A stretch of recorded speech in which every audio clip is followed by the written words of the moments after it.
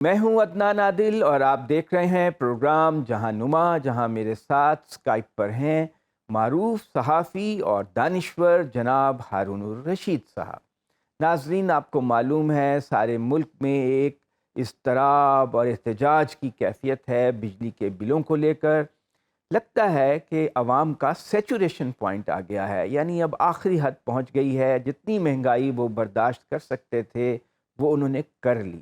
آپ کو معلوم ہے کہ 30% اوور آل انفلیشن ہے اور غذائی اشیاء تو 40 سے 50% مہنگی ہو گئی ہیں۔ بعض چیزیں 100 سے 200% مہنگی ہو گئی ہیں اور غریب آدمی کا بجٹ زیادہ تر کھانے پینے کی چیزوں پہ خرچ ہوتا ہے، اس لیے وہ بہت زیادہ متاثر ہوا ہے۔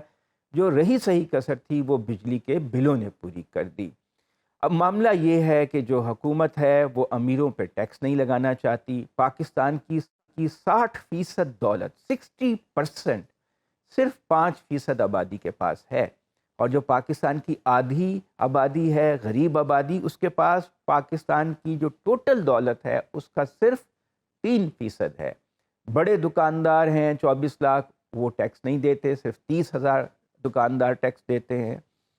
ذمہ دار ان کو کم سے کم 300 ارب روپے ٹیکس دینا چاہیے، وہ صرف 3 ارب ٹیکس دیتے ہیں۔ جو بڑے ذمہ دار ہیں اگر وہ صرف 10% بھی ٹیکس دیں۔ صوبائی سیلز ٹیکس جو ہے صوبوں کی ذمہ داری ہے، اور صوبے جو ہیں وہ لینے میں کامیاب نہیں ہیں پورا سیلز ٹیکس سارا۔ اور جو حکومت کے اخراجات ہیں، جو 18ویں ترمیم کے بعد بے شمار محکمے صوبوں کو ٹرانسفر ہو گئے، لیکن وفاق میں بھی کام کر رہے ہیں۔ ورلڈ بینک کی رپورٹ ہے کہ کم سے کم 3.25 ارب روپے حکومت جو ہے اپنے اخراجات کم کر سکتی ہے اگر یہ سب کام کیے جائیں تو بلوں پہ ٹیکس نہ لگانے پڑے، بجلی کے بل اتنے مہنگے نہ ہوں۔ لیکن حکومت یہ سب نہیں کرنا چاہتی۔ غریبوں اور مڈل کلاس پر ٹیکس پہ ٹیکس، ٹیکس پہ ٹیکس، حتیٰ کہ جو غریب آدمی موبائل فون یوز کر رہا ہے اس پہ بھی advance income tax withholding tax کی صورت میں لگا ہوا ہے۔ یہ جو معاشی معاملات ہیں یہ کیسے ٹھیک ہوں، بار بار ہم اس پہ ڈسکشن کرتے ہیں، اور جب تک یہ حل نہیں ہوں گے ہمیں ڈسکشن کرنی پڑے گی۔ ہارون الرشید صاحب سے پوچھتے ہیں کہ ہارون صاحب، آپ کے پاس کیا فارمولہ ہے اس ساری حال سے نکلنے کے لیے؟ یہ ہم آخر اب تو عوام جو ہیں نکو نک، پنجابی میں کہتے ہیں نکو نک ہو گئے ہیں۔ سیچوریشن پوائنٹ آ گیا ہے، آخری حد آ گئی ہے۔ اب تو کوئی حکمران طبقے کو ہوش کرنا چاہیے، یہ جو اشرافیہ کا کیپچر ہے یہ ختم ہونا چاہیے۔ نہیں، وہ ہوش نہیں کیا کرتا حکمران طبقہ، کیونکہ وہ ایک صحت مند ذہنی کیفیت میں نہیں ہوتا۔ جب غلبہ پانے کی انسانی جبلت کار فرما ہوتی ہے، یہ جیسے اسلام کے دور اول میں ہوا، تعلیم بھی تھی، شعور بھی تھا، لیکن سلطنت پھیل گئی تو ظاہر ہے ادھر مصر تک چلی گئی حکومت، ادھر ایران پورا ہو گیا، یا امارات کا پورا علاقہ تھا، شام تھا، جس میں آج کل لبنان بھی شامل ہے اور اردن بھی شامل ہے۔ تو نوبت یہاں تک پہنچی کہ جو لوگ مسلمان ہوتے تھے ان پہ جزیہ لگا رہتا تھا۔ جی تو وہ پھر کیسے ٹھیک ہوا تھا؟ جناب عمر بن عبدالعزیز آئے اور انہوں نے دوپہر پر ساری رات تو وہ جاگتے رہے سلیمان بن عبد الملک کے کی تدفین وغیرہ کے معاملے میں، ہم، اور پھر انہوں نے کہا کہ میں تھوڑا سا آرام کر لوں، تو ان کے بیٹے عبد المالک نے کہا کہ آپ کے پاس اس بات کی کوئی ضمانت ہے کہ آپ سو کے اٹھیں گے؟ اوہ، تو انہوں نے فوراً ہی اپنی جاگیروں کے کاغذ منگوائے اور اسے کینچی سے کاٹ ڈالا اور بنو امیہ کے لیے حکم صادر کیا۔ پہلے تو وہ چلے جب اپنا حاجب تھا اور گھوڑے تھے اور پورا قافلہ، جیسے پروٹوکول، رائل پروٹوکول ہوتا ہے، جو امیر معاویہ کے زمانے میں اتنا نہیں تھا، بڑھتے بڑھتے پھر بہت بڑھ گیا تھا۔ تو انہوں نے کہا میرے لیے میرا خچر کافی ہے، اور اپنی اہلیہ فاطمہ سے کہا، جس کا کوئی زیادہ ذکر ہم نہیں کرتے، بالکل سیدہ فاطمہ کی طرح انہوں نے سپوز شاید بادشاہ کی بیٹی تھی، بادشاہ ان کے بھائی جو ہے وہ بادشاہ تھے، ان کے شہزادے تھے، اور عمر بھر آسودگی سے گزاری تھی، مگر نیک تینت تھی۔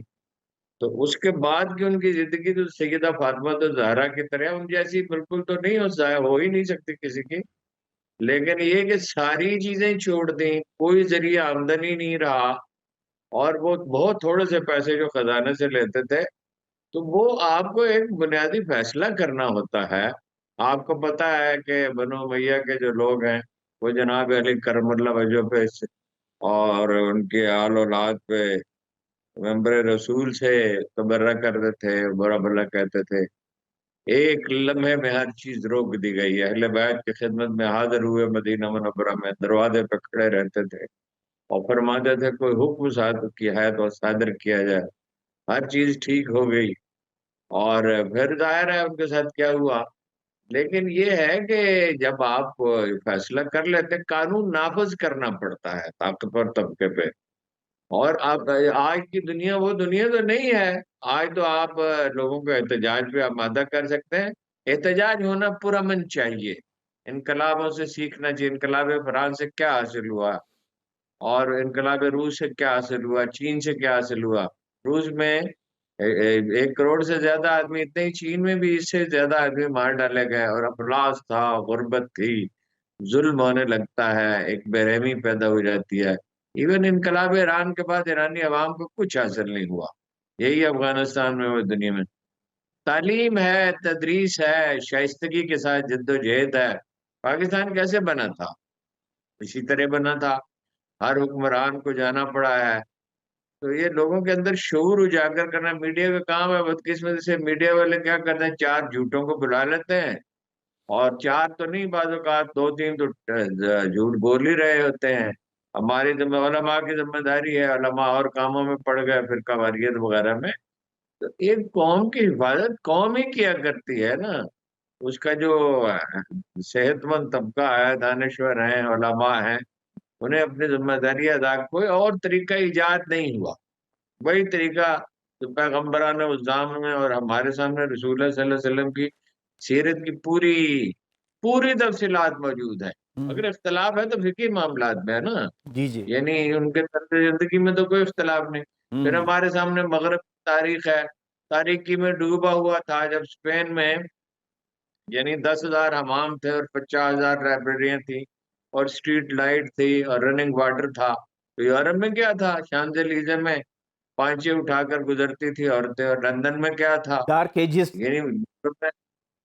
تو وہ آپ کو قانون نافذ میرٹ پہ ایک فکرے میں یہ کہ میرٹ پہ چلنا ہے۔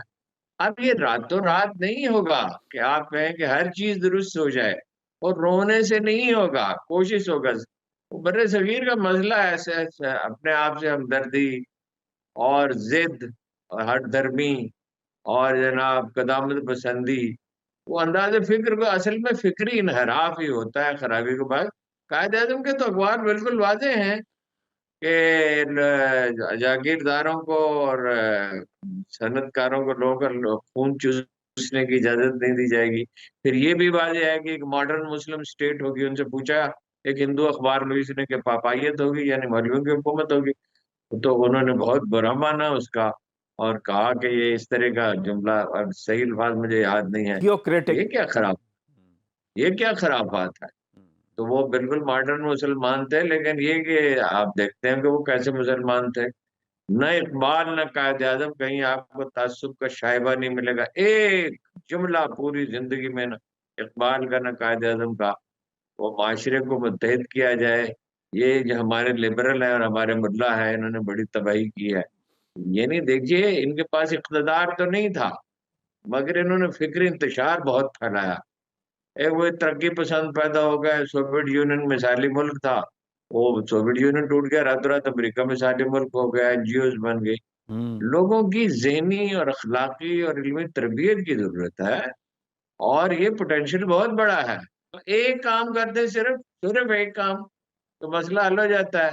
یعنی ٹیکس کی شرح کل بھی میں نے کہا تھا کہ 8% سے 16%، اور تھی نا پاکستان میں 16%، جواہر کے زمانے میں ہوتے ہوتے 16% ہو گئی تھی، گریجولی آہستہ آہستہ بڑھ رہی تھی۔ طرز حکومت البتہ فوجی نہیں ہو سکتا، سولین دنیا بھر میں سولین اداروں کے ذریعے یعنی ترقی ہوئی ہے۔ اس کی میں مثالیں عرض کر چکا ہوں، جنوبی کوریا، شمالی کوریا ہے، تہذیب ایک ہے، تمدن ایک ہے، تاریخ ایک ہے، روایات ایک ہیں۔ ادھر میکسیکو آدھا ایک شہر جو ہے وہ امریکہ میں ہے، آدھا جو ہے وہ میکسیکو میں آدھا اس کا ایک شہر، تو وہاں زمین و آسمان کا فرق ہے۔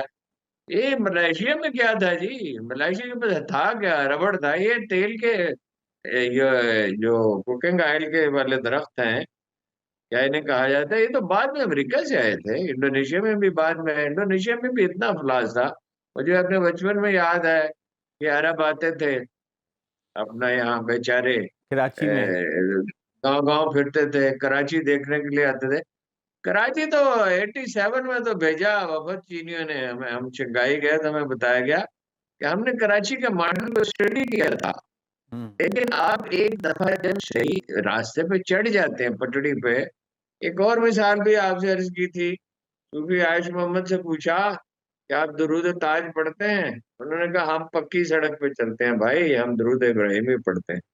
دنیا نے جو کچھ کیا، دنیا نے کیا کیا، تعلیم ہے۔ اسرائیل کے پاس کون سی زمین تھی جی؟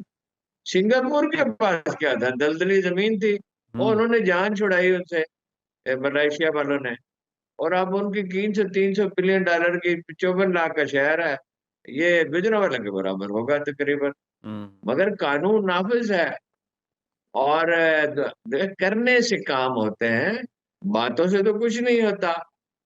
اور میڈیا جو ہے یہ ایسے گمراہ کر رہا ہے، لوگوں کو کنفیوز تو کر ہی رہا ہے، اگر گمراہ نہیں، کہ وہ بس ایک یعنی گفتگو کا چسکا ہے، ہوں، اور یہی علماء میں سے بعض لوگ، اب میں نے دیکھا ہے کہ انہیں احساس ہونے لگا ہے، ہوں۔ اور وہ کوئی متوازن نئے کردار ابھر رہے ہیں، جواد نقوی صاحب ہیں اور دوسرے لوگ ہیں، مولانا اسحاق مرحوم نے بڑی جدوجہد کی، چیزوں کو واضح کیا جائے۔ لیکن تھنک ہارون ٹینک صاحب، ہمیں یہ آپ بنانے کی باتیں درست ہیں کہ اخلاقی طور پر جو ہے وہ تربیت کی ضرورت ہے، عوام میں شعور علم علم پھیلانے کی، علم تعلیم پھیلانے کی ضرورت تعلیم ہے، جدید تعلیم تعلیم کی ضرورت ہے، اور ہمارے جو فلاحی ادارے ہیں وہ یہ کام کر بھی رہے ہیں۔ کل ایدھی کے مہمان تھے ہمارے پاس، فیصل ایدھی، وہ فنی تعلیم کے ادارے کراچی میں کھول رہے ہیں۔ لیکن یہ بات بھی سچ ہے کہ اس وقت معیشت جو ہے بہت بری حالت میں ہے۔ ترسیلات زر جو حکومت ختم ہوئی تو ان کے آخری سال میں 31 ارب ڈالر پاکستانیوں نے بھیجے تھے۔ اب جو سال ختم ہوا ہے پی ڈی ایم حکومت کا، اس میں صرف 27 ارب ڈالر باہر سے آئے، یعنی 4 ارب ڈالر کا نقصان ہوا۔ یہ جو سال ختم ہوا ہے 30 جون کو، اس میں 27 ارب ڈالر کی برآمدات ہوئیں۔ اس سے پہلے سال میں 31 ارب 78 کروڑ ڈالر کی برآمدات ہوئی تھیں، یعنی برآمدات میں بھی خسارہ، ترسیلات زر میں بھی خسارہ، اور ہمارے جو قرضے ہیں وہ اتنے بڑھ گئے ہیں کہ ہمیں 28 ارب ڈالر جو ہیں ابھی دنیا کو دینے ہیں۔ یہ کہاں سے آئیں گے؟ ہمیں کیا بیچنا پڑے گا؟ کیا کرنا پڑے گا؟ اور لوگ بھاگ رہے ہیں پاکستان سے۔ اس بارے میں ہم اگلے سیگمنٹ میں آپ سے بات کریں گے۔ چلتے ہیں ایک بریک پر۔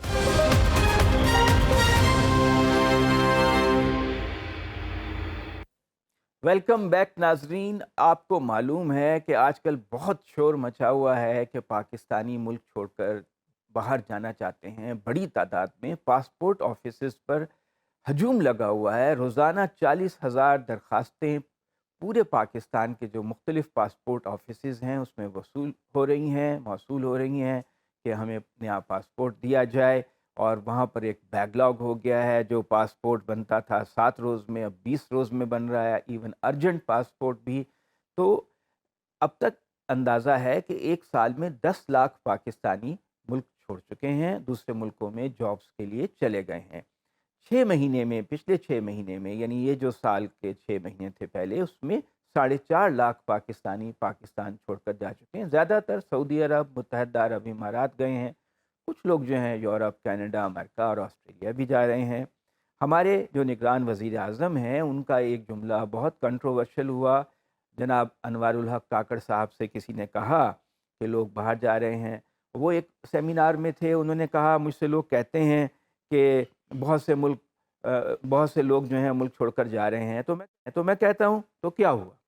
اب اس پہ بہت شور مچا ہے کہ دیکھیں پرائم منسٹر کو فکر ہی نہیں ہے، ملک سے برین ڈرین ہو رہا ہے، ہنرمند افراد، انجینئر، ڈاکٹرز بھی ملک چھوڑ کر جا رہے ہیں۔ اور انہوں نے یہ کہا، بعد میں انہوں نے وضاحت کی کہ میرے کہنے کا مقصد یہ تھا کہ جب وہ ملک سے باہر جائیں گے تو ملک میں پیسے بھیجیں گے، ترسیلات زر بھیجیں گے، وہ معیشت میں ان کا حصہ ہوگا۔ مگر یہ ٹرینڈ بہت پرانا ہے، اب اس میں تیزی آ گئی ہے۔ پہلے 2.5-3 لاکھ لوگ جایا کرتے تھے، اب سال میں 8-10 لاکھ لوگ باہر جا رہے ہیں۔ یوسف رضا گیلانی بھی جب وزیر اعظم تھے تو انہوں نے سی این این کو انٹرویو دیتے ہوئے کہا کہ جو ملک چھوڑنا چاہتے ہیں چلے جائیں، انہیں کون روک رہا ہے؟ تو جو ان کا انٹرویو کر رہی تھی بیکی، وہ ہکا بکا رہ گئیں اور چند سیکنڈ کے لیے خاموش ہو گئیں۔ تو ہارون صاحب، یہ جو معاملہ ہے اتنا سادہ نہیں ہے کہ انجینئر، ڈاکٹر، ہنرمند لوگ پاکستان سے چلے جائیں گے، تو وہ بھی تو ملک کی دولت ہیں، پھر پاکستان میں کام کرنے کے لیے لوگ کہاں سے آئیں گے اور ہماری معیشت کیسے ترقی کرے گی؟ کہ ہم فوراً پولیٹیکل آسپیکٹ پہ چلے جاتے ہیں۔ سوشل میڈیا پہ جتنی بحث ہوئی، جی مین جی، اسٹریم میڈیا تو ظاہر ہے کر ہی نہیں سکتا، ہاں ہاں، اخبارات جو ہیں وہ اب پڑھے نہیں جا رہے، ہم اس کے پولیٹیکل آسپیکٹ پہ چلے جاتے ہیں۔ جی جی، بات یہ ہے کہ اگر کوئی چیز ناگزیر ہو گئی ہے، ایک تو یہ ہے کہ ظاہر حال تو اس کا یہی ہے ملک میں ملازمتیں موجود ہوں۔ تو دیکھیے نا، ایک بالکل سادہ بات یہ ہے، بارہا میں نے اسے ایکسپلین کیا ہے، ایک سال میں ود ان 1 ایئر زرعی پیداوار دگنا ہو سکتی ہے محدود علاقوں میں۔ ایک ضلع میں اس کا تجربہ کر لیں، ہوں، وہ کیا ہے، لیزر لیبلنگ ہے اور پیسٹی سائیڈز ہیں، صحیح قیمت میں مل جائیں، کھاد پر وقت صحیح قیمت میں مل جائے۔ یہ کوئی ایسی چیزیں تو نہیں ہے جس میں دشواری ہو، بیج ابو آل ٹھیک ہو، اور ٹیلی ویژن چینل فوراً ایک بنا دینا چاہیے، اور پی ٹی وی کے پاس وسائل ہیں، اور اب ظاہر ہے وہ ٹیکس وصول کیا جاتا ہے ہر گھر سے، کسانوں کو بتایا جائے کیا اگانا ہے، کس طرح اگانا ہے۔ ذرا یونیورسٹیوں کے لوگ جایا کرتے تھے، اپنے دگنی ہو سکتی ہے آسانی کے ساتھ پیداوار، چلیے 1 سال میں نہیں ہوگی، 3 سال میں ہوگی، اس کا صرف آپ گندم کا حساب لگائیں، $30 بلین، 30 بلین ٹن ہوتی ہے، تو 3 بلین ٹن اس کا عشر ہوگا۔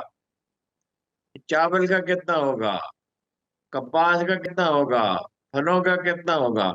تو آپ کو لوگوں کو فراہم کریں، ان کو سہولتیں فراہم کریں نا، ان کی پیداوار بڑھے، اور وہ آپ کو صرف ایک ڈسپلن قائم کرنا ہے۔ اسی طرح جو زرعی اجناس ہیں اور پھل اور سبزیاں ہیں، وہ آپ جا کے غلہ منڈیوں میں دیکھیں تو صحیح کیا حال ہے، کیچڑ بڑے راستے ہیں، اور یعنی بعض اوقات تو ایسا بھی ہوتا رہا، اب پچھلے 5-7 برس میں، 10 برس میں نہیں ہو رہا کہ لوگ چھوڑ کے بھاگ جاتے تھے، تربوز گندگی والے جو ہوتی لے ہے، کے آتے، اسمیل ہوتی ہے، بہت گندی اسمیل ہوتی ہے آپ کی گندگی، سبزی بہت منڈی میں۔ اسمیل، ہاں، اس کو آرگنائز کرنا، مارکیٹ کمیٹیوں کو بہتر کیا جائے، وہ ایک فائنانشیل ڈسپلن کے بغیر تو نہیں ہو سکتا۔ ہوں، تو دیکھیے، ایک آدمی نے کہا میں گھوڑے پالنا چاہتا ہوں مدینہ منورہ میں، جو اس زمانے کی بہت بڑا بزنس ہوتا تھا، گھوڑا ہی جنگ میں استعمال ہوتا تھا، گھوڑا ہی سواری کے لیے استعمال ہوتا تھا، اور اس کی خرید پر لاہور کی مال روڈ جو ہے، ہوں، اس پہ جہاں یہ توپ ہے، تو ہوں، یہ یہاں گھوڑے بکتے تھے نا جی، ہوں، 200 سال پر، تو جس میں مشہور روڈیارڈ کپلنگ کا ناول لکھا گیا ہے، جہاں اسے نوبل جس میں پرائز ملا تھا۔ ہوں، صرف آپ، میں دوبارہ کہتا ہوں، صرف ایف بی آر کو ٹھیک کر لیں، صرف پرائیویٹائزیشن سے اس سال کا کرائسس تو آپ کا ختم ہو سکتا ہے۔ ہوں، اور جو ضروری اقدامات، اچھا پھر یہ ہے کہ لوگ باہر جا رہے ہیں، اچھا اچھا جی، کچھ لوگ تو جائیں گے ہی، تو آپ ادارے قائم کریں نا اپنے، وہ یہی ہیں چیمہ صاحب، کرنل مشتبہ صاحب بھی یہی ہیں، مرتضیٰ ساری، یہ 2 آدمیوں نے بڑے ادارے بنائے تھے۔ ہوں، اور اس کے لیے جن ملکوں کو جرمنی کی ضرورت ہے نا، مثلاً اور بہت سے ملکوں کو ضرورت ہے، وہ ہوں، اس میں بالکل ہیلپ ہے۔ چودھری پرویز الہی سے ایک دفعہ بہت مفصل گفتگو ہوئی تھی، وہ یہاں ٹیکنیکل یونیورسٹیاں بنانے کے لیے تیار ہے، اور ہوں، یونیورسٹیاں بہت اعلیٰ معیار کی۔ ہوں، آپ ادارے قائم کریں نا جی، 6 مہینے کی تربیت کر کے لوگ چلے جائیں، جو لوگ 30-30 لاکھ روپے دیتے ہیں، آپ کے خیال میں وہ 1 لاکھ روپے 2 لاکھ روپے فیس دینے کے لیے تیار نہیں ہوں گے؟ ہوں، اور وہ ان اداروں سے کہیں جو یہاں سے آدمی امپورٹ کرنا چاہتے ہیں، جرمنی سے کہیں یہاں اپنا ان سے مل کے کام کریں، اور وہ ادارے جو ہیں پرائیویٹ پارٹیسپیشن کے ساتھ ہونے چاہیے۔ 2 آدمیوں کا تو میں نے آپ کا نام لیا، اور بہت سے لوگ ہوں گے، اور یہ جو ویلفیئر کے ادارے ہیں، خدمت ہے، اخوت ہے، بے شمار ہیں، چھیپا ہے، وہاں گورنر ہاؤس سندھ میں ہو رہا ہے۔ یہ انہوں نے اور کئی اداروں نے یہ ٹیکنیکل تعلیم دینی شروع کر دی ہے، آئی ٹی کو فروغ دیں۔ آپ یہ 2-3 مہینے میں کرائسس جو ہے کم ہونے لگے، راتوں رات کوئی چیز دنیا میں نہیں ہوتی ہے۔ ہوں، لیکن اس سیاسی پیسوں میں جب الجھے ہوئے ہیں، ایک کم از کم قومی اتفاق رائے چاہیے ہوتا ہے، امن چاہیے ہوتا ہے۔ ہر باہم الجھتے رہیں گے ہوں، سارا وقت، تو ساری توانائی تو اسی میں ضائع ہوگی کہ کس کا اقتدار میں کتنا حصہ ہوگا۔ ہارون صاحب، ہم نے وہ تو اقتدار میں اتنی حکومتیں دیکھی ہیں، لیکن یہ جو موٹی موٹی باتیں ہیں، کامن سینس کی باتیں ہیں، یہ لوگ کرتے ہی نہیں ہیں، تو اب کہاں سے کوئی فرشتے نازل ہوں گے یہ کام کرنے؟ نہیں تحریک اٹھانی پڑے گی نا۔ ہوں، میڈیا کوئی چیز میں کنٹریبیوٹ نہیں کرتا، ہوں، علماء جو سب سے بڑا پلیٹ فارم جن کے پاس ہے جمعے کے خطبے کا، وہ نہیں کرتے۔ ہوں، بھائی آپ ایک تھنک ٹینک بنائیں جو اس کے لیے، اور یہ غیر سیاسی لوگ ہونے چاہیے۔ اور وہ لوگ تو اپنا نام بھی لیے جا سکتے ہیں، لیکن نام لینے کی کیا ضرورت ہے؟ ہوں، دیکھیے نا، ڈاکٹر امجد ثاقب صاحب جو ہیں، انہیں ہر حکومت پیسے دیتی ہے۔ سندھ حکومت نے بھی ان سے بات کی تھی، پنجاب حکومت دیتی ہے، مرکزی حکومت دیتی ہے، ڈاکٹر ثانیہ نشتر جیسے لوگ ہیں۔ ہر پارٹی میں ایسے لوگ ہو سکتے ہیں، ہوں۔ پارٹیوں میں نہیں لینے چاہیے، یعنی غیر سیاسی لوگ لینے چاہیے۔ سب کو معلوم ہے کون لیکن سی لوگ تنظیم تو ڈیٹا، ووٹ تو انہی کو دیتے ہیں نا، انہی پارٹیوں کو بار بار ووٹ دیتے ہیں جو ان کے لیے کوئی جب تک شعور نہیں ہوگا، ہوں، تعلیم نہیں ہوگی، تو وہ اپنا ذرا قوم کو ہوش ہے۔ جو آدمی اب نارمل ہے، یعنی اب نارمل کیفیت میں ہے، غصے میں ہے، رنج میں ہے، وہ تو صحیح فیصلہ نہیں کر سکتا۔ ہوں، وہ تو جناب دیکھیے نا، اب آپ بتائیے کہ جناب عثمان غنی سے کیا شکایت تھی جی؟ یعنی چند بہت چھوٹی، اتنی چھوٹی باتیں کہ حیرت ہوتی ہے۔ ہوں، اور جناب علی کرم اللہ وجہ سے تو خیر بالکل ہی نہیں تھی کسی کو، ہوں۔ اور وہ خارج پیدا ہو گئے۔ وہ رد عمل پیدا ہوتا ہے جب انصاف نہیں ہوتا۔ اس وقت تو خیر انصاف کا معیار اتنا بلند تھا کہ معمولی انحراف بھی گوارا نہیں تھا، لوگوں کو موقع مل جاتا ہے، وہ ملکی بھی ہیں۔ لیکن یہ ہے، لیکن دیکھیں ہارون نا، صاحب، حکومت کے خرچے بھی تو کم ہونا، اب 18ویں ترمیم کے بعد اتنا ہی بڑا سٹرکچر آبویسلی وفاق میں ہے، اور وہ صوبوں میں بالکل بھی ہے۔ ٹھیک ہے۔ آپ ورلڈ بینک کہہ رہا ہے نہیں، کہ یہ گاڑیاں تو بالکل بند کر دینا جی۔ صرف گاڑی وفاقی تو حکومت کے پاس 80 سے 90 ہزار گاڑیاں ہیں جن پہ 220 ارب روپے کا بند کر پیٹرول دیں، خرچ۔ کس نے روکا ہے؟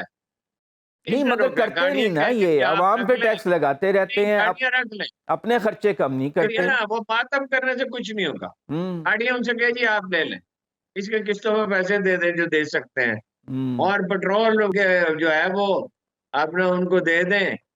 اب آپ نے ٹرانسپورٹ سسٹم بنایا ہی نہیں ہے، فوری حال اس کا یہی ہے کہ ان گاڑیوں کی مینٹیننس سے ہر کسی آدمی جان چھڑائے، ان کو دے دیں گاڑی۔ لوگ بھوک سے مر رہے اور ہیں، یہ مرسیڈیز گاڑیاں چلا رہے ہیں۔ آپ بتائیں کہ ایک عوام جہاں روٹی کھانے کو نہیں ہے، وہی یہ تو میں کہہ رہا مرسیڈیز ہوں نا، گاڑیاں آپ کو معلوم ہے کون کیا چلا رہا ہے، یہ ہاں، فگر سب آ چکے ہیں۔ اب ہے فیصلہ کرنے کی بات۔ اب ان کو تو ان پاپولیرٹی کا مسئلہ بھی نہیں ہے، ان پاپولر ہوتے ہیں تو ہوتے رہے۔ اور ان پاپولر کیا، ہوں، دیکھیے نا جی، چلیے حکومتوں میں بھی جن لوگوں نے کوئی ڈھنگ کا کام کیا ہے، یہ مجھے پنجاب یونیورسٹی یاد ہے کہ وہ انڈر پاسز بنا رہے تھے، ہوں، تو وہ اتنا ایک ہنگامہ برپا تھا کہ جی، جو اسٹوڈنٹس کو دشمن جی، آئی، جی، وہ روڈ بلاک سے ہٹا رہے تھے۔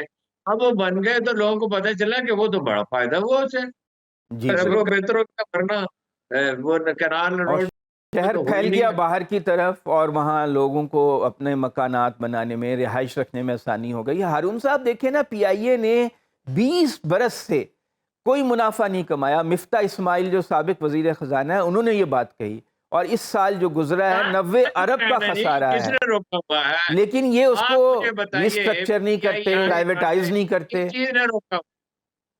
نہیں، یہ سب معلوم ہے۔ اچھا، پی آئی سے جان چھڑانے سے کس نے روکا ہوا ہے؟ اسٹیل مل میں 15,500 ایکڑ پہ شہر آباد کریں نا، چینیوں کے یا روسیوں کے، جو بھی انٹرنیشنل ٹینڈر ہو جو آپ کو سوٹ کرتا ان کو دے دیں نا جی۔ ہوں، آپ کو کسی نے روکا ہوا ہے یہ فیصلے کرنے سے؟ ہوں، اب تو بھائی نگران حکومت ہے اور اختیارات بھی پورے ہیں، یہ تو آپ کے پاس سنہری موقع ہے، اس سے فائدہ اٹھائیں۔ ہوں۔ اور جبکہ یہ بھی ہے کہ اور الیکشن یہ شاید فروری پرائیویٹائزیشن میں کر ہوں دیں، گے، اس 6 سال مہینے کا ٹائم ہے ان کے پاس۔ پرائیویٹائزیشن سے ٹل جائے گا۔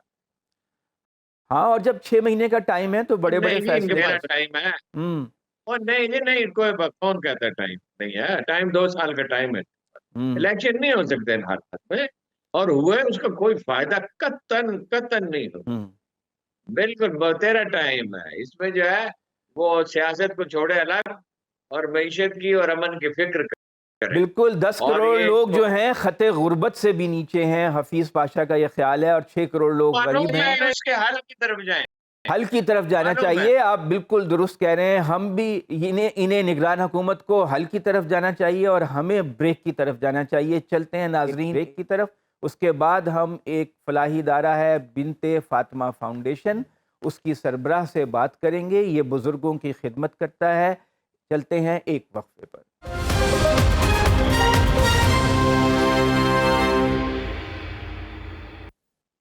ویلکم بیک ناظرین. پاکستان کے جو بہت سے مسائل ہیں اور پوری دنیا میں مسائل ہوتے ہیں، ایک مسئلہ ہے بوڑھے لوگوں کا، کہ بوڑھے لوگوں کی دیکھ بھال کیسے کی جائے.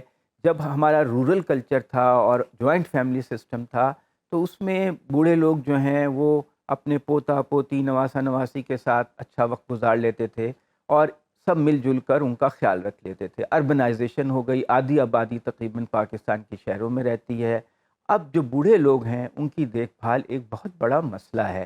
بہت سے تو فرما بردار بچے ایسے ہیں جو اپنے ماں باپ کا بہت خیال رکھتے ہیں، جیسے کہ اسلام کی تعلیمات بھی ہیں کہ اگر ماں باپ بوڑھے ہو جائیں تو انہیں اف تک نہ کہو.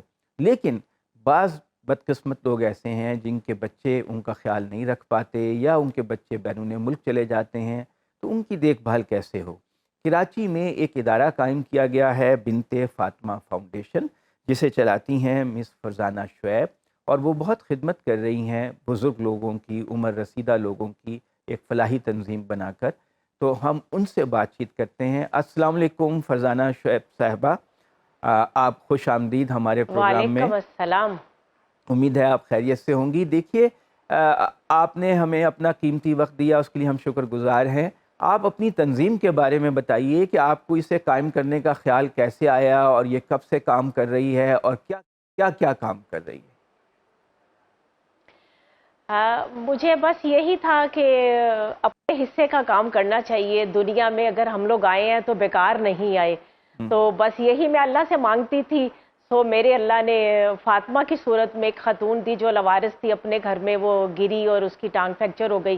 اسے میں نے اپنے پاس رکھا اور اس کی خدمت کی، سرجری وغیرہ کروائی. اس کو دیکھ کے 2-3 عورتیں آئیں، انہوں نے بولا کہ آپ بڑا گھر لو، ہمیں بھی رکھ لو. مجھے یہ لگا کہ جو میں مانگتی ہوں 4 دیواری میں اللہ کو راضی کرنے کے لیے، یہی والا کام ہے. پھر میں نے اپنے بچوں سے ان کو راضی کیا، کیونکہ اپنی فیملی کو راضی کرنا بہت ضروری ہے کوئی بھی کام کرنے کے لیے. تو اس طرح یہ سلسلہ 2007 سے شروع ہوا اور یہ چلتا گیا. اب ماشاءاللہ اسلام آباد میں بھی ہمارا گھر ہے ایک، اور ایک لاہور میں میرا گھر ہے جہاں وہاں بھی مائیں رہتی ہیں.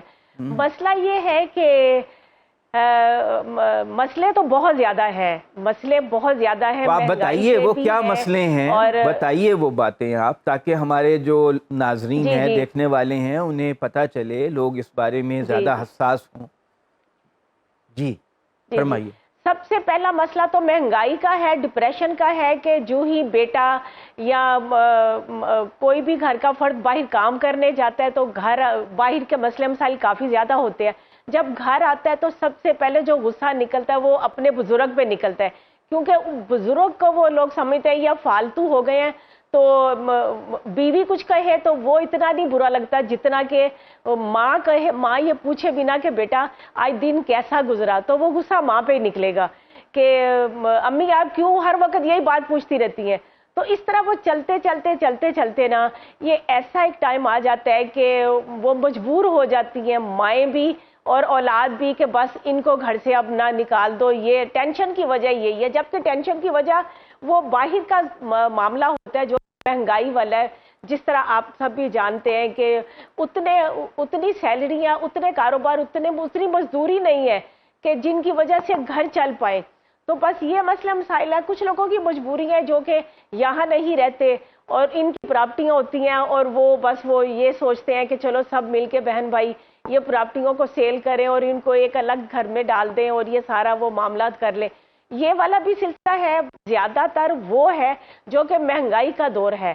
یہ کام جو ہے نا یہ ریاست کا ہے، لیکن اب چونکہ وہ لوگ بھی مجبور ہیں، ان کی اپنی کو مجبوریاں ہیں. سو ہم سب کو مل کے اپنے ملک کے لیے جو اتنی محنت اتنی قربانیوں کے ساتھ بنا، ہم سب کو مل کے اپنے حصے کا کام کرنا چاہیے تاکہ تاکہ آسانیاں ہو، اور ایمانداری سے کرنا چاہیے، جو بھی کام کرے ایمانداری سے کرنا چاہیے تاکہ اللہ کو ہمارا ایمان پسند آئے اور ہمارے پاکستان کے، ہمارے ملک کے حالات بہتر ہو جو اس وقت اب آپ بہت کے جو مشکل میں ہیں، مختلف ہم ہومز لوگ ہیں، بہت تکلیف میں آپ ہیں۔ کے جو گھر ہیں جو آپ نے اسلام آباد، لاہور، کراچی میں بنائے ہوئے ہیں، بزرگ عورتوں کے لیے ہیں، مردوں کے لیے نہیں ہیں، یہ صرف عورتوں کے لیے ہیں؟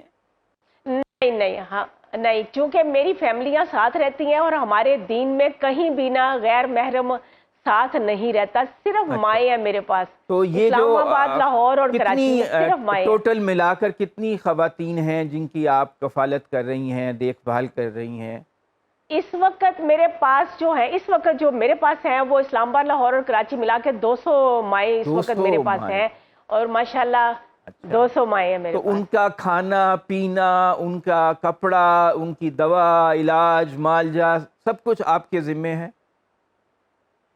ہاں جی، الحمدللہ، جس طرح ایک ماں کرتی ہے نا، جس طرح مجھے سب لوگ ماں کہتے ہیں، جس طرح ایک ماں کی ذمہ داری ہوتی ہے نا، تو ہر چیز ہمارا کچن ہے، صبح ناشتے سے لے کے دوپہر کا کھانا، 4 بجے کی چائے، پھر رات کا کھانا، یہ سارا روٹین میں چلتا ہے۔ ان کے نہانے کا وہ سارا میری ذمہ داری ہے، ان کی آئلنگ کرنی، ان کے نیلز کاٹنے، ان کے نئے کپڑے بنانے، یہ سب میری ذمہ داری ہے۔ اور یہ سب کچھ جو بھی ہوتا ہے نا، یہ سب مجھے اللہ کے پیارے بندے دیتے ہیں، جو کہ مجھے نہیں پتا، اور وہ چھپ چھپ کے نیکیاں کرتے ہیں۔ عطیات ہاں جی، بالکل، کپڑے کی صورت میں دیتے ہیں، راشن کی صورت میں دیتے ہیں، پیمپر کی صورت میں دیتے ہیں۔ اچھا، تو دیکھیں ایک بڑا مسئلہ میرا خیال ہے کہ بزرگ لوگوں کا یہ بھی ہوتا ہے کہ اگر فرض کریں کہ ان کے بچے خوشحال بھی ہیں، کھانا پینا، گھر میں رہائش، لیکن وہ تنہائی کا شکار ہو جاتے ہیں، ان کے بچے ان کے پاس نہیں بیٹھتے، ان سے باتیں نہیں کرتے، تو تنہائی بھی ایک بہت بڑا ایشو ہے۔ تو ویسٹ میں تو یہ کلچر ہے کہ اولڈ ہومز ہوتے ہیں، وہاں پہ بوڑھے لوگ اکٹھے رہتے ہیں، ایک دوسرے سے کھیلتے بات چیت کرتے ہیں، تو معاملہ ان کا کسی حد تک حل ہو جاتا ہے۔ ہمارے ہاں ایسا کلچر نہیں ہے، تو آپ کے خیال میں تنہائی بھی ایک مسئلہ ہے جو لوگ آپ کے پاس آتے ہیں ان کا؟ نہیں، تنہائی نہیں ہے زیادہ تر؟ نہیں، بالکل نہیں ہے۔ اچھا، زیادہ تر آپ کے خیال میں مہنگائی؟ زبردستی چھوڑ کے جاتے ہیں، زبردستی چھوڑ کے جاتے ہیں۔ ہاں، تنہائی کوئی نہیں ہے، تنہائی نہیں ہے، زبردستی چھوڑ کے تو وہ لوگ جو لوگ اپنے بچوں سے کٹ کے آپ کے پاس آتے ہیں، ان کو ظاہر ہے یاد تو آتی ہوگی اپنے بچوں کی، پوتا پوتی کی، بڑی تکلیف، اور وہ بڑا بہت تکلیف۔ تو وہ ان سے کبھی کیا عید بقرعید پہ بھی ملنے نہیں آتے؟ کسی کوئی ایسا؟ نہیں، کوئی نہیں ملنے آتا۔ اگر ملنے آنا ہوتا تو اس طرح چھوڑتے کیوں؟ اگر ان کو پیار ہوتا تو وہ چھوڑتے کیوں؟ بڑی مین مسئلہ یہی ہے۔ یہ تو ہمارے معاشرے کا بڑا ہی ایک دردناک پہلو ہے، دل کو دکھانے والا، کہ ایسے بچے بھی موجود ہیں جو اپنے ماں باپ سے جان چھڑانا چاہتے ہیں کہ وہ بس کہیں چلے جائیں اور پھر اس کے بعد وہ ان کی شکل نہ دیکھیں، ہماری جان چھوٹ۔ اور آپ جو کہ ہم لوگ ان کی خوشی کے لیے، آپ جو کہ اجنبی خوشی کے لیے ہم لوگ ان کی خدمت کر رہے ہیں۔ سال کے بعد ہم لوگ ان کو عمرہ پہ لیے لے کے جاتے، عمرہ کے لیے بھی لے کے جاتے ہیں ہم لوگ ان کو۔ اچھا، تو ماشاءاللہ پاکستان میں ایسے اچھے لوگ موجود ہیں جو اتنے پیسے آپ کو دے دیتے ہیں کہ نہ صرف آپ ان کو کھانا کھلاتی ہیں، کپڑے پہناتی ہیں، ان کے علاج معالجے کا خیال رکھتی ہیں، بلکہ ان کو عمرے پہ بھی لے جاتی ہیں۔ تو یہ تو پاکستانی الحمدللہ، اللہ جن کو پسند کرتا ہے، معاشرے کا بہت ہی مثبت پہلو ہے کہ اگر حکومت کچھ نہیں کر رہی، حالانکہ حکومت کو چاہیے کہ 60-65 سال کے بعد جو مستحق افراد ہیں ان کی ایک پینشن لگا دے، ان کا گزارا الاؤنس ان کو ہو، سبسسٹنس الاؤنس ہو، جیسا کہ ویسٹ میں ہوتا ہے کہ ایک خاص عمر کے۔ میں آپ کی بات کاٹتی ہوں، میں شاید بھول نہ جاؤں، پینشن کی بات آ گئی تو میں آپ کو بتاتی ہوں۔ میرے پاس ایک خاتون ہے جس کی 30,000 روپیہ پینشن لگی ہوئی تھی اور لگی ہوئی ہے، وہ 20,000 اپنی لاچار بیٹی کو دیتی تھی اور 10,000 اپنے لیے وہ خرچہ رکھتی تھی۔ میرے پاس وہ آ گئی، وہ 3 مہینے وہ نہ جا سکی، کوئی مجبوری تھی یا کہنے لگی میں اکٹھے لے لوں گی۔ 3 مہینے کے بعد وہ گئی تو پینشن والوں نے، نیشنل بینک نے اس کا 30,000 کے 90,000 بنتا ہے، 40,000 روپیہ اس کا کاٹ لیا کہ آپ 3 مہینے کے بعد آئی ہو تو 40,000 روپیہ آپ کا کٹ گیا، 50,000 اس کے ہاتھ میں دیا اور اس کو گھر بھیج دیا۔ یہ تو کرپشن ہے، یہ تو کرپشن ہے، یہ تو وہ ایسا نہیں کر سکتے۔ یہ میں آپ کو بتا رہی ہوں، بے رحمی ہے یہ تو۔ جو مجھے تکلیف ہوئی یہاں، یہ پینشن کی بات بتا رہی ہوں آپ کو، یہ بہت بڑا، اور ہارون بھائی کو بتائیں کہ یہ ایشو اٹھائیں کہ وہ 40,000 کہاں گیا اس بیچاری نہیں، کا؟ آپ خط لکھتی ہیں اس کا صدر 40,000 نیشنل بینک کدھر گیا؟ کو، خط لکھتی ہیں اور انہیں یہ شکایت کرتی ہیں یہ برانچ ہے، یہ نیشنل بینک ہے اور اس میں ایسی واردات کی گئی ہے. اگر آپ انہیں نیشنل بینک کے جو ہیڈ آفس کو خط لکھیں تو ضرور اس کے خلاف کارروائی ہوگی. کہ دیکھیے بجائے اس کے کہ آپ ایک بوڑھے آدمی کی مدد کریں، آپ اس کی پینشن آدھی جو ہے کاٹ کے اپنی جیب میں ڈال رہے ہیں. یہ تو بالکل اللیگل ہے. تو جہاں ہمارے ہاں اتنے ارے اچھے بھائی ہمیں تو نا، ہاں ہم تو 2007 سے لے کے نا آج تک ہم لوگ چھت، ان ماؤں کی چھت کے لیے ہی اپیل کر رہے ہیں کہ ان کو چھت مل جائے، کیونکہ کھانا پینا یہ وہ چھوٹی اماؤنٹ سے ہو جاتا ہے، لیکن چھت کروڑوں کے حساب سے بن گئی ہوئی ہے. اور اس کے بعد کوئی ڈاکٹر نہیں ہے ہمارے پاس، ہم لوگ پرائیویٹ ان کا علاج کرواتے ہیں. پھر اچھا، ہم medicine ایک ان کی کام نہیں کر ہے، رہے ہیں کہ وہ اپنی ہم لوگ اسکرین پہ پرائیویٹ خریدتے ہیں. ہم اپنی اسکرین کے اوپر آپ کی آرگنائزیشن کا نام اور نمبر چلا رہے ہیں تاکہ جو لوگ آپ کی مدد کر سکیں، جو آپ کے نیک کام میں تعاون کرنا چاہیں، وہ ان نمبرز کے ذریعے اور اس ساری جزاک ڈیٹیل اللہ. کے ذریعے آپ کی ساتھ تعاون کریں، عطیات دیں. یہ تو بہت ہی نیکی جزاک کا اللہ. کام ہے. اللہ تعالیٰ آپ کی توفیقات میں اضافہ جزاک اللہ. فرمائے اور ہم سب کو یہ توفیق عطا فرمائے آمین. کہ ہم اپنے ماں باپ کا، بوڑھے لوگوں کا، اپنے ہمسایوں میں، رشتہ داروں میں سب کا خیال رکھیں. کیونکہ جو اصل میں آمین. انسانیت ہے وہ یہی ہے کہ ہر انسان دوسرے انسان کے کام آئے. ہمارے مذہب کی بنیادی تعلیمات میں سے یہ اہم ترین تعلیم یہی ہے. اللہ تعالیٰ آپ کی توفیقات میں اضافہ کرے. آج کے پروگرام کا وقت ختم ہوا. آمین. ناظرین انشاءاللہ کل 11 پہ اپنے پروگرام جہاں نما میں پھر حاضر ہوں گے آپ کی خدمت میں. خدا حافظ.